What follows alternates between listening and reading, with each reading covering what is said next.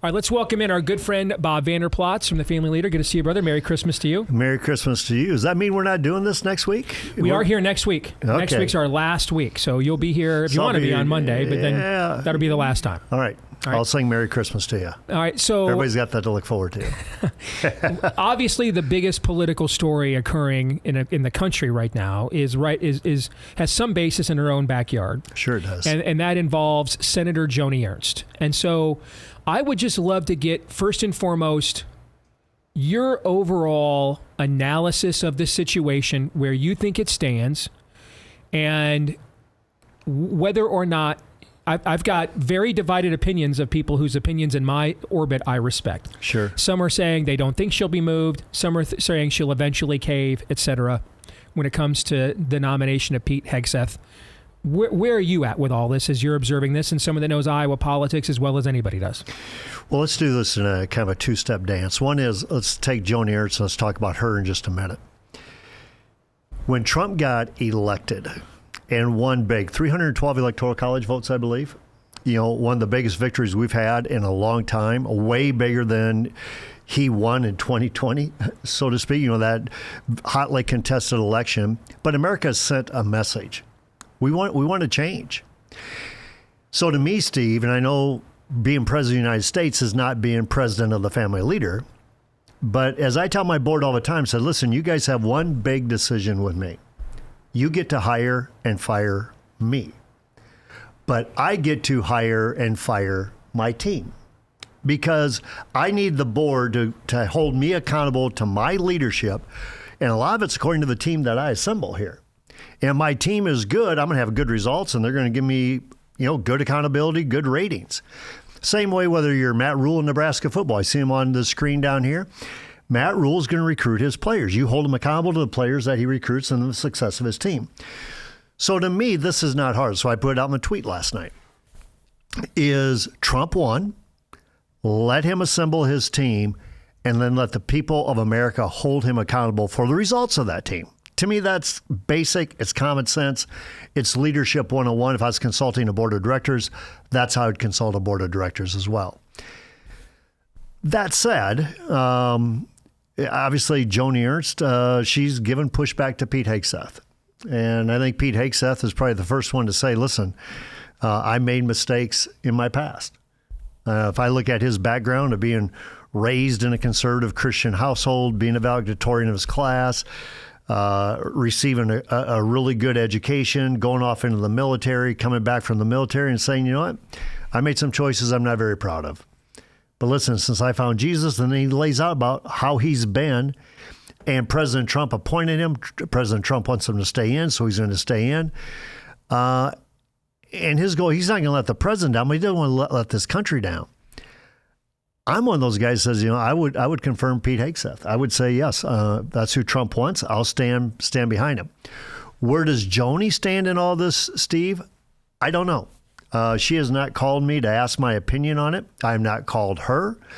I do know she follows my Twitter feed, those type of things. So I think she knows where I stand. I think this is one you need to move forward here.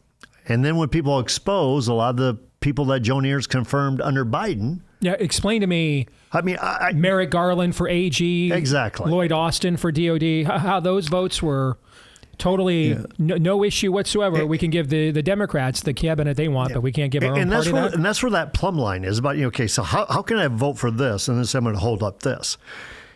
And so I think Joni Ernst is probably making an issue that's very near and dear to her heart. And I respect her for it, and that is this whole sexual assault, sexual abuse, and she's going to push back on it as hard as she can. I think at the end of the day, she comes around to confirm Pete Hegseth. One is, I think it's in her best political future to confirm Pete Hegseth, but I believe that's where she'll be at the end of the day anyhow. What would be the limits? And as any of the candidates that Trump has nominated, would they be the limit for you if you were a senator to say, I can't do that, for example? Well, I guess my default's going to be, again, is to the American people. And the American people elected Donald Trump. And Donald Trump made his pick. For example, Steve, I was not a big Matt Gaetz fan. I mean, when Matt Gaetz got selected as Attorney General, I thought, that's not a good pick. I mean, in the first place I go, Steve, and you know this, I mean, I have peers all around the country who do what I do, just in different states. I go to that state peer right away. My Florida peer was not a Matt Gaetz fan, but I did not push back on Matt Gaetz. I'm like, Trump won. If that's his pick, America should have known what they're getting then. And now Matt Gaetz removed himself. He chooses Pete Hegseth. So Pete Hegseth is either going to have to withdraw on his own, or Trump's going to have to withdraw his backing from him. Otherwise, I think I would approve Pete Hegseth as well. And so I don't know what the limit would be. I think they really would have to present a clear and present danger to this country. And I think Americans had to assess that when they went to the polls to vote for Donald Trump. Let's talk about primarying Joni Ernst. So I got to correct something because I keep forgetting about Indiana 2012. Richard Murdoch did defeat Richard Lugar in the primary. The reason I keep forgetting that one, he lost the general election that year.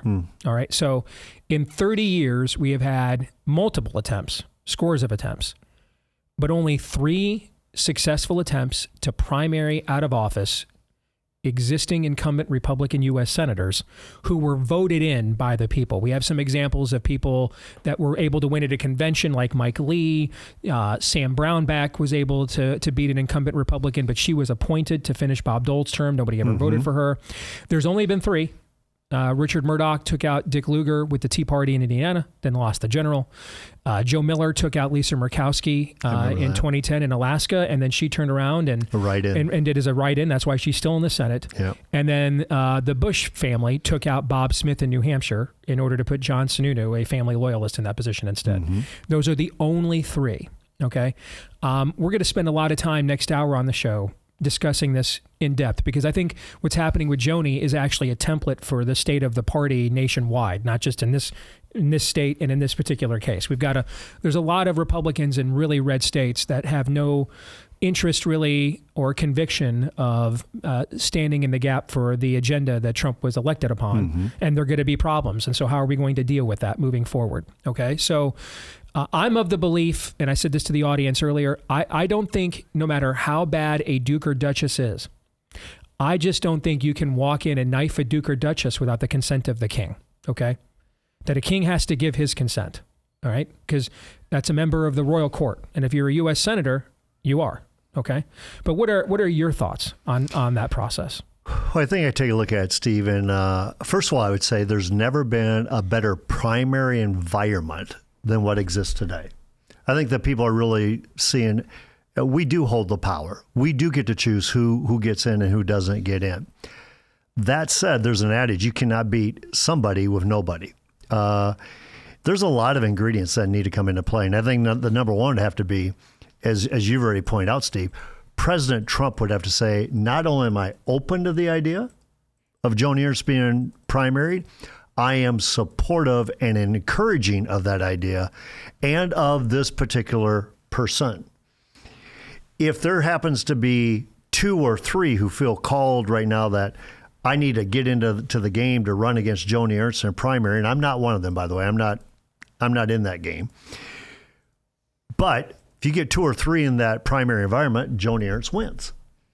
So you need to have a Trump, not just openness, but encouragement, support, endorsement, putting the full weight of the king behind a candidate to run against Joni Ernst. There is a piece of me that believes that if that were to happen, or if that environment were to exist, I'm not so sure Joni Ernst stays in for that fight. I think she may. And that's happened before. And if that happens, then you're going to have an open primary. Jeff Flake dropped out because he thought he was going to lose his primary. Lamar Alexander did. Arlen Specter probably would have lost his primary to Pat Toomey, but then switched parties to Democrats. So that when we've reached that kind of a critical mass before, that's been the typical response of the GOP incumbent. And you have to have, even that's been rare. And you have to have some issues that people resonate with right away. So like even the marriage issue, when we took out 3 judges, because you never take out 3 judges, right? But when we took out 3 judges, there was an issue. It was the marriage issue, and it was the separation of powers issue. People rallied to that right away. Like, I get that, and not on my watch, we vote out 3 judges. So with Joni Ernst, and this isn't being critical of Joni Ernst, I'm just trying. I'm fine being critical of Joni Ernst. I have been for about 10 years. But I'm just laying out facts. You won in 2014 on a commercial that said, we're going to make them squeal, right? Yeah, the swamp. We're going to make them squeal. And it would be like all things to the contrary. We saw her a lot in leadership behind Mitch McConnell, and kind of like same old, same old. And then it was, the Doge kind of resurrected. We just talked about that, I think, last week, about Doge resurrecting, giving her the face of government effectiveness, government efficiency. But now what's getting exposed is the vote on the Marriage Act, where she was wrong on that issue. Iowans will resonate with that. They're exposing the trans in the military. That is something that Iowans will rally to. Women in combat. Iowans will rally to that kind of stuff. So you need to have issues. I think the issues exist. You need to have Trump's backing, which I'm not so sure that exists yet or not, because he's been overly quiet on this one. And you need to have a candidate that with high name ID, who's well-funded, well-resourced, and has a built-in network already to say, I can mount that challenge. So just as we are talking, Joni Ernst has posted on X a picture of her and Kash Patel to announce her support for Kash Patel for FBI director. Now, many of us in righty media believe that Hegseth is a red line, because if he falls, then they will just turn around and do this to RFK Jr. They'll do this to Kash Patel and several of the other non-swampy disruptor nominees for key jobs that the president has appointed. This is Joni's attempt to deflect that. And she's clearly trying to send a message. No, Hegseth and his issues with women are unique. And I'm not an obstructionist. I just don't think he's worthy of the position. Okay. Who's right? Are we right in righty media that Hegseth is a red line? Or is she right, or even being honest, that when she makes the claim that she's just uniquely going after Pete because of the peccadillos in his closet? I think that's where you have a politician there who's trying to be nuanced. Mm-hmm. I'm holding the line on Hegseth, but I'm there to go with Patel. I really believe that's the floodgate that opens. And pretty soon, so you're with us that this is a red line. Well, to me, that's where Trump all of a sudden, I won. I got 312 electoral college votes, but these guys are determining my team. Mm-hmm. I need a team, and he needs a team, Steve, as you and I've talked about. They need to hit the ground running on day one. Mm-hmm. He's got 100 days, maybe up to a year, but 100 days, maybe up to a year. You're going to go into the 2026 election, and then pretty soon it's going to be he's a lame duck. And to the president's credit, I know for a fact he is telling people I know that very thing. Well, yes. Of course, the beauty of it is that he knows, even though he would like to have stayed in office in 2020, 21, I get that. I think that 4-year hiatus was brilliant, if not divine. Because now all of a sudden you have 4 years to take a look back at the system and go, this is what I would do differently. Mm-hmm. And now he not only did he win, but it wasn't by this razor edge multi-day verdict. It was a clear mandate of the American people. So I think he comes back to lead. But he needs to have a Senate who the Republicans control, who's his team, who need to give him his team.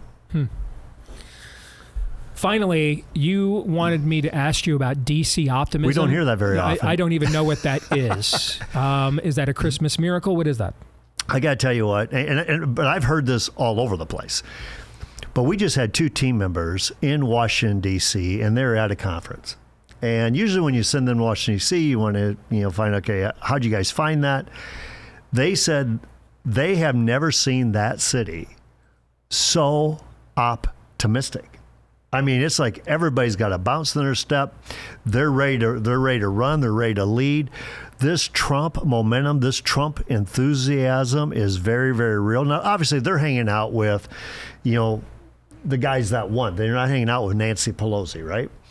But they said, we cannot believe the optimism. And I would say, as I have my pulse around the country. Can I say I might rather hang out with Nancy Pelosi and, just get her into 3 glasses of wine and get some stock tips? That's a conversation I actually like to have. Well, I'm not so sure I want to pay that price. But it's what I'm saying is that the optimism is real. Even when Trump goes to the Notre Dame reopening in Paris, and you have these leaders who are basically lined up to shake his hand. There's a new sheriff in town. And I think that's what Joni's finding out right now as well. There's a new sheriff. There's new optimism. They want him to have his team. Let him go. Let him run. Do you think so? Saturday, the president is expected to be at the Army-Navy game, or the president-elect is expected to be at the Army-Navy game, with Ron DeSantis, by the way, who has been bandied about as a potential replacement for Hegseth. Now, listen, I think I suggested to Ron, and have suggested on this show many times in the last 6 months, that should be a job he should take. He'd be phenomenal. Oh, he'd be a great Secretary and of Ron Defense, DeSantis as Secretary of Defense would make them wish they had Pete Hegseth. Yeah. That all being said, the precedent of this is how you get to that is a high cost, I think, for us to pay. To let these weakling senators get this trophy. I don't want to. These people have done nothing for us for years. I don't want to give them anything.